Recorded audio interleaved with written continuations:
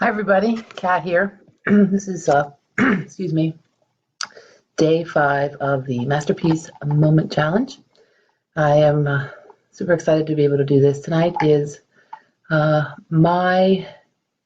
it's who I am and what I stand for, my mission and how I work with my business from people and to get what they need.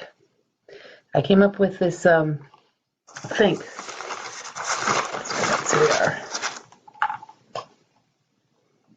Hello, my love. So, let's start over. Tonight is the Masterpiece Moment channel for my last one. It is my consagral moment. It is me talking about what I'm doing and how I've done it to help people, myself. It's tried and tested to get from a cycle of negativity or just not where you want to be, stagnant, to a better place in a 50-day cycle. I wanted to share with you first my shirt. I found it the other day.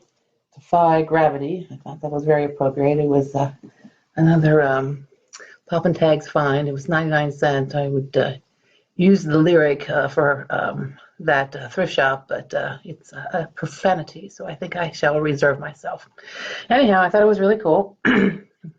So the process that I have been using and I thought up is 5 steps. It spells the word think, right? Think.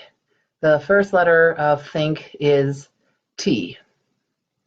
What triggers you? This word has been used so much lately. My daughter gets triggered by breathing, I think sometimes. Trigger, trigger, trigger. But if you really stop and think about it, it's a valid term. There's things that trigger us.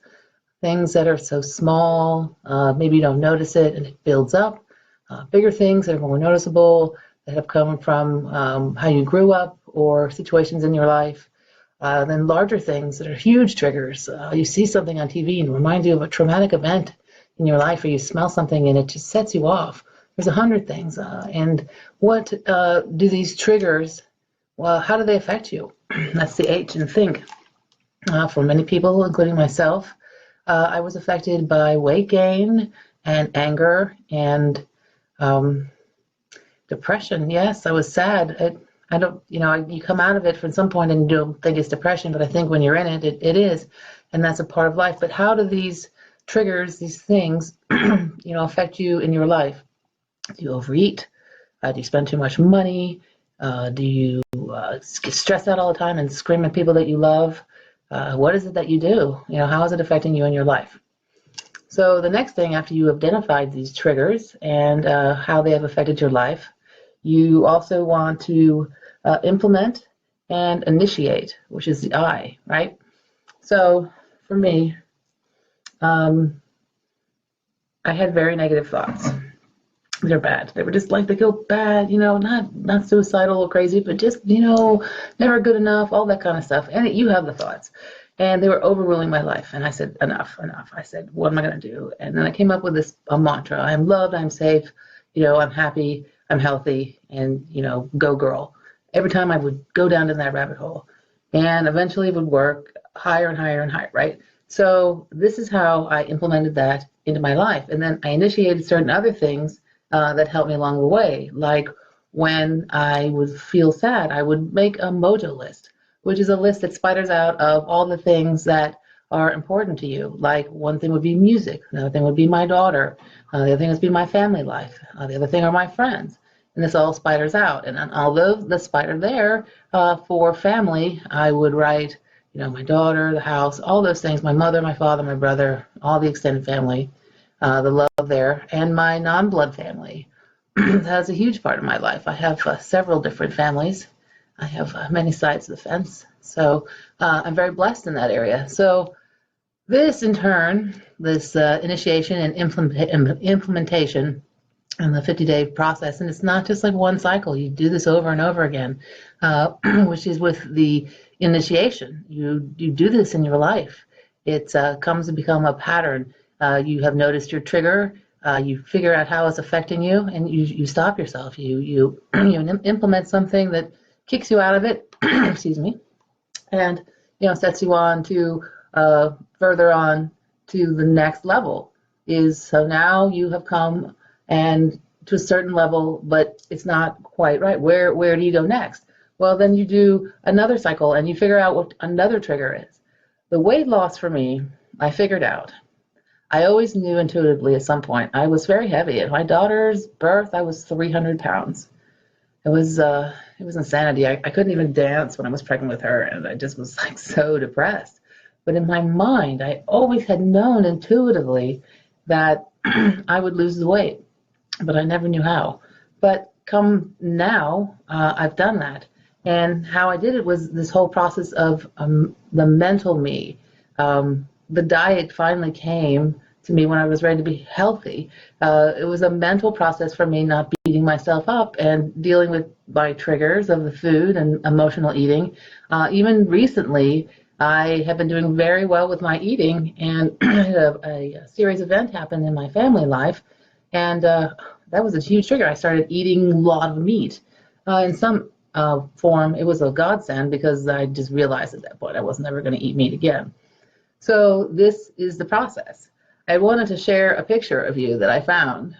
This picture, don't be alarmed, no alligators were harmed. It's a little glossy, so this is me. I don't know, 10 years ago, I was pretty heavy, pretty miserable. Having a good time there, but just not who I really was. I knew that I was this person within myself. So within this process, now we're going to the next level. And each level gets higher and higher until you get to be a better person where some of these things just become a habit. I am somewhat of an aggressive driver, people would say. I'm fast. Sometimes when I go home to Charlotte, I'm the jerk driver. I'm going a little too fast. People are trying to let me in because that's driving in Miami. It's crazy. So, excuse me, I lost my train of thought. Oh, so we're taking it to the next level. So, and then they become a pattern. And the pattern now was I was driving today and something happened that it was going to make me mad. And it just takes my experience away from driving. I like driving. And I realized that was a trigger. And I said, okay, we're not going to do that. And I focused on the song on the radio. And it was like an egregious thing normally before. And it wasn't really actually it was their fault. But I didn't let it get mad. I just was like, okay, whatever, I'm driving. I'm just so happy to be able to have this car. I got air conditioning. I'm driving. I got a tank of gas. You know, I got the song. I have the ability to play whatever I want. I'm just going to chill. And it was so amazing to have gotten to that point. And the other thing in the end, is also to sort of debunk these societal norms that you have felt about yourself. There we go, right? What? Are we on a ship? So there's a little bit of my room here too. Oh, and this is my grandfather's hat. I'm going to say sometimes when you implement these things, it's good to have things that remind you of things. I have these bracelets here. This is my necklace. It's a cat. My room here is full of these things. I've seen them in the videos. The people have the necklaces, animals on the bed. I got my tiger back there. So Dory and them probably good friends. So it's just it's a thing. You know, you just go up into the next level, and then you realize that some of these things people are telling you are not right. You know, you are good enough, or you know, so what if this didn't happen? You know, the expectation. Why do you have it? You know, do you go back to what your mother and your father told you? I heard today that your inner dialogue is like how your parents talk to you, and on some level, that's absolutely right. And then it gets to be a pattern of where you come from, and it just gets set. And so when you go and change with this process, with the think process. It helps you to change some of the things that you have learned.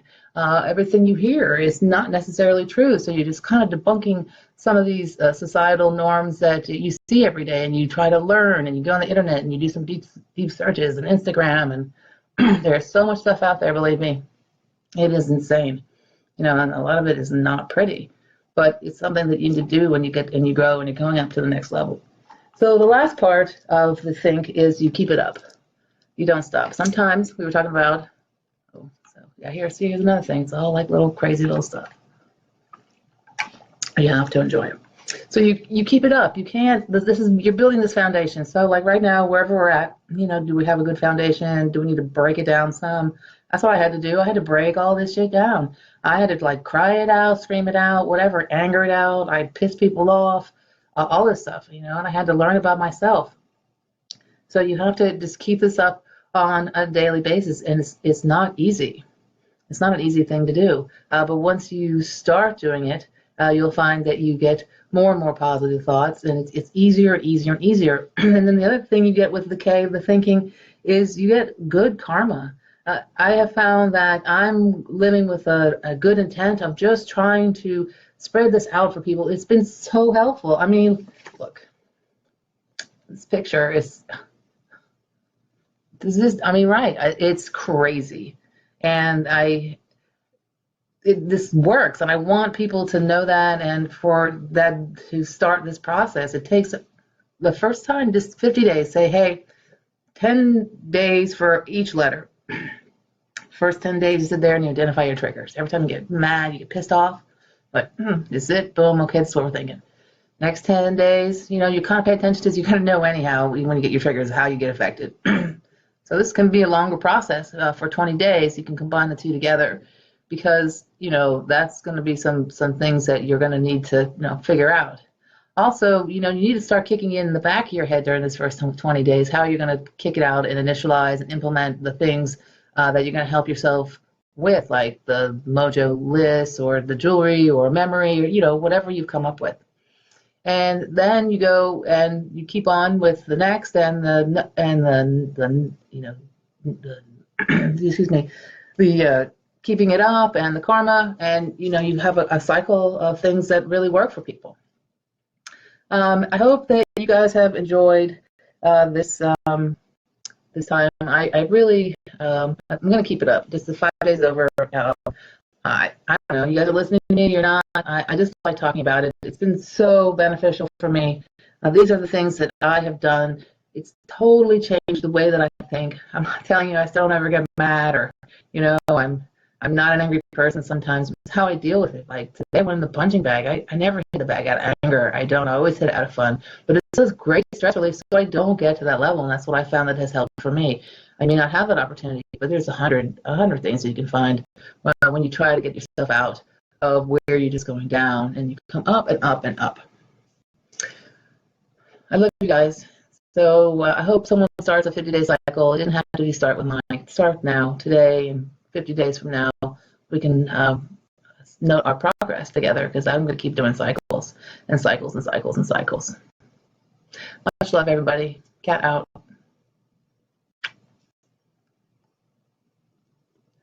It's all good.